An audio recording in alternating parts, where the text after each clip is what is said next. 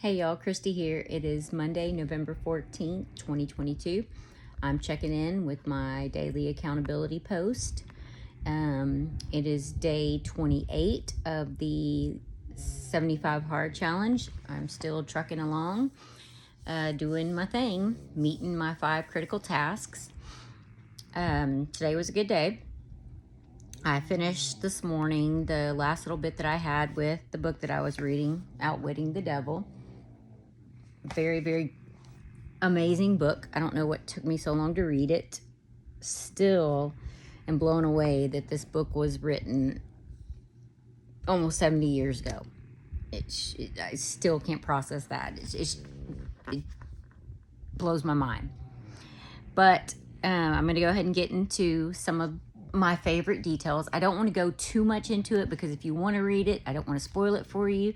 So I'm just going to talk about things that stood out to me. And like I said, I'm going to eventually, go a little bit deeper for those who may not want to read it and just want like a brief overview of each chapter. I'll do that and start, doing a little blog about it because I don't want to make videos in too long talking about it. So I'll eventually get around to doing that. But I don't want to spoil it if you do want to read it because it is an amazing read. But I want to talk about where the interview begins and some of the questions that he starts asking him at first. The one that I found most interesting is when he asks him, where does he live in, just to describe his physical appearance. And like he says, he doesn't have a physical body. And he only consists of negative energy. And where he lives is in the minds of people who fear him. And I thought that was pretty interesting. Right off from the start, he says he doesn't have a physical appearance. He doesn't have a physical body.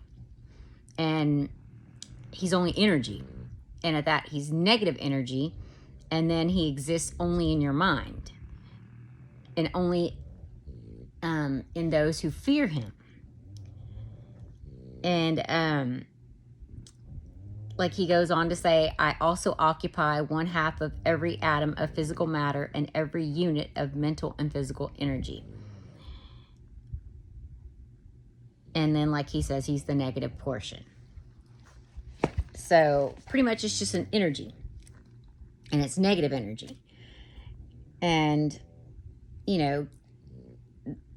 that's not typically what we think or what you've seen on movies and stuff of how this entity is portrayed.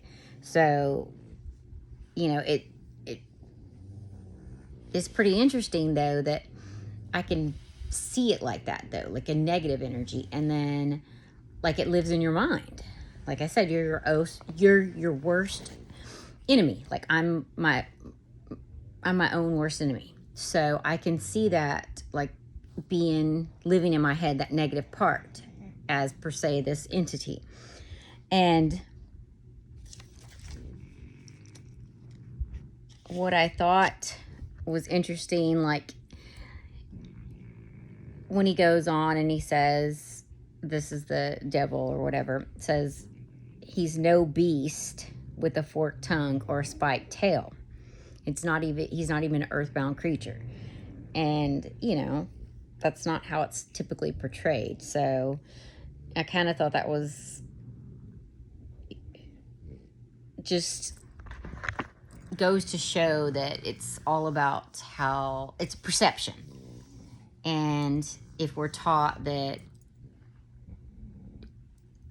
this entity is supposed to look a certain way or it's supposed to be a creature, then that's what we adopt. But we don't really know. And, not that he's actually interviewing the devil, but maybe, I don't know. I don't really know, because when you get further into it, it's like, how in the world does he know this stuff? And I'm still processing it. So it still don't make sense right now, because I'm just so dumbfounded and kind of like, oh my gosh, like my husband's finished it already. I let him read it first because I was finishing the other book, the Think and Grow Rich.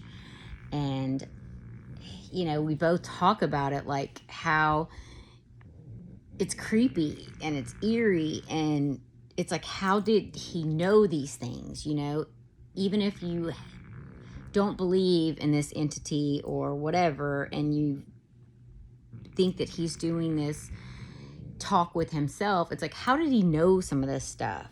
And I don't know.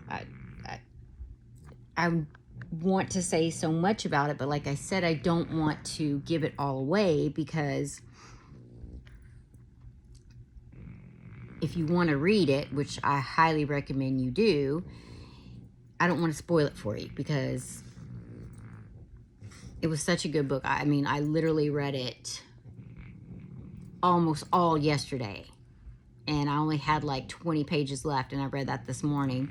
And then I started reading my next book, which is The Richest Man in Babylon, and it's by George S.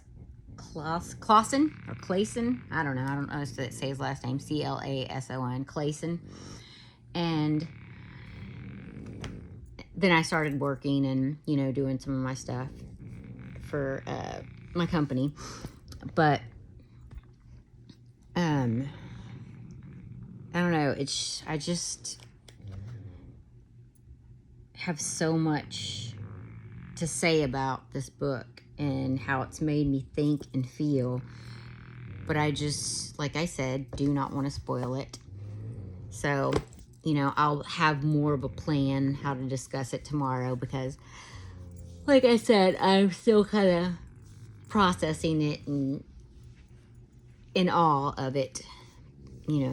Absolutely wonderful book. I mean, Napoleon Hill is a genius in my opinion. I've read 2 of his books now, and they're just beyond his time and are so relatable even to this date. And I'm so glad that I took the time to read them, because I learned so much from them. And it's helping me in this journey that I'm on to personal excellence and being the best version of myself, and understanding and opening my eyes to so many things and so many opportunities and things that I am comfortable with now. I'm not afraid of, and I'm confident, and I don't fear the unknown. It's just, I wake up every day and I just feel like I'm in the moment and I'm living life. And I do struggle. I have struggled with anxiety. Have struggled with not being able to sleep, and just this amount of time that I've been working on myself, I've made so much progress every single day, and I never thought I could, which, even a few weeks ago, I didn't think I made much progress. But, I'm glad to say, I'm happy to say, I don't even have to take my medicine that I take to sleep at night. I haven't taken it since I started this challenge. I'm so exhausted and so mentally drained that I'm able to sleep, and I sleep so peacefully, and I stay asleep.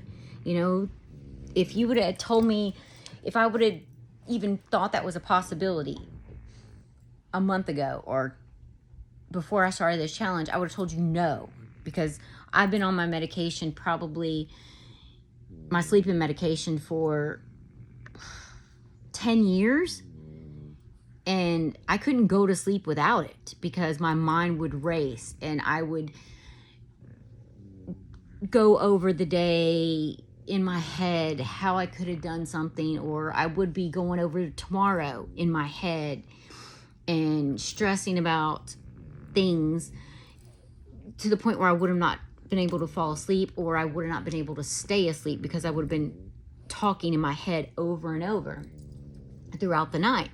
And, you know, it's just so wonderful to know, being on a medication for 10 years consistently every single night, just to get 5 hours of sleep, to in not even a month. You know, I'm only on day 28. In as little as 28 days, I have completely stopped taking it. I literally stopped taking it day 1 of the challenge because I literally crawled in bed and went to sleep. And I stayed asleep, and I woke up so refreshed. And I do that every single day. It doesn't even matter if I get all 8 or 6 or 7 hours of sleep, or even 8 hours of sleep. I just wake up so refreshed and so relaxed. I mean, and at peace. It's weird, you know? It just doesn't even seem real to me. And, you know, I don't want to sound fake, because I'm not that. I'm not being fake. I'm being 100% honest. You know, no, I'm not off my anxiety medicine, not medicines. But, you know, I just went to my doctor, and, you know, we're going to revisit in 5 months, and maybe that'll be another accomplishment for me. You know, maybe I won't have to take that anymore. And I've been taking that, you know, as well, 10 years. So, you know, it's just these little accomplishments that I would have never even dreamed possible. And it's all with this new version of myself that I'm trying to create for me, not for anybody else. I don't really care what anybody else thinks or wants me to be, or thinks I'm not being genuine, or thinks this is only for attention, or for or it's temporary. You know, I mean, I don't really care. You know, I've actually finally am okay with that. I don't really care what anybody thinks. I'm not seeking anybody's approval or any validation. This is for me. And I feel so much better. I mean, like, it's like I can breathe. You know, I don't really care anymore. You know, if you want to be part of my journey and you want to be part of my world, I welcome you with open arms. And I want you to try it with me, or try some version of it with, you know, for yourself. Don't do it for anybody, but do it for you. It's so liberating. And, you know, I'm actually a genuine version of myself. You know, I'm not pretending or putting on that smile when I'm anything but happy. You know, I just don't really know how to explain it. It's just, I don't know, I'm at peace, and every day gets better. And, you know, I'm so glad I decided to do this for myself. And I can't wait to see what else happens. You know, I mean, honestly, I'm free. You know, I feel like I don't even know that box anymore. I don't even know where it is. You know, I don't even want to crawl back in there. I haven't even had the urge to go back there. It's not even a thought. I'm just pressing forward and moving towards my ultimate goal, and know my destiny. It's going to be great. And I'm going to do great things, and I'm going to help so many people. And, you know, I'm going to build relationships all over the world, and that's exciting. So I know I said I was going to go into this, but not quite there yet. Hopefully I'll get there tomorrow. But I just wanted to come on and make sure I did my check-in, and I won. You know, today's a win. I accomplished all of my 5 critical tasks, as well as my 5 affirmations to 5 different people. And I'm going to go ahead and end my ramble because, I felt like I was all over the place because I just got excited there for a moment because, I wanted to announce that I've been off my sleeping medication for 28 days now, and, completely just wiped out everything I was thinking I was going to say. But I was so excited when I went to my doctor's appointment today to say that and to tell my doctor that I haven't had 1 drop of alcohol, no junk food, no sweets, or not really sweets, but junk, period. And, it was good, to see, to be able to say that. And it felt great. And, my doctor was super proud of me, which, I'm really not doing it for that at all. But it was nice to share that with someone else other than you guys. Well, a doctor that's been seeing me now for 10 years. But, well, not that long, maybe 8, because I had another doctor before, but she left out of the country. But my quote for today is by Dr. Martin Luther King Jr., and it is, "Our lives begin to end the day we become silent about things that matter." And I do agree with that. When you become complacent, or you stop voicing your opinion, or stop thinking for yourself, or advocating that stuff that's important to you, then that's when your lives begin to end.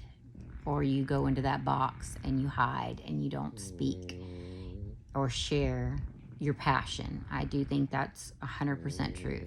The minute you go silent, you lose about what matters to you, then it's just like you're not there, which I know because I was there. And I don't want to go back there. I'd rather have a voice and say nothing at all than have no voice at all, like I used to be. But, all right. It's 17 minutes in, and I don't even know if I even covered anything important other than I'm happy and I'm just at peace. So, remember, you guys are great. You matter. I believe in you. You can do it. Just do something that makes you happy. Anything. And I'll see y'all tomorrow. Delete regrets, hit reset, and unleash your new mindset. Have a good night.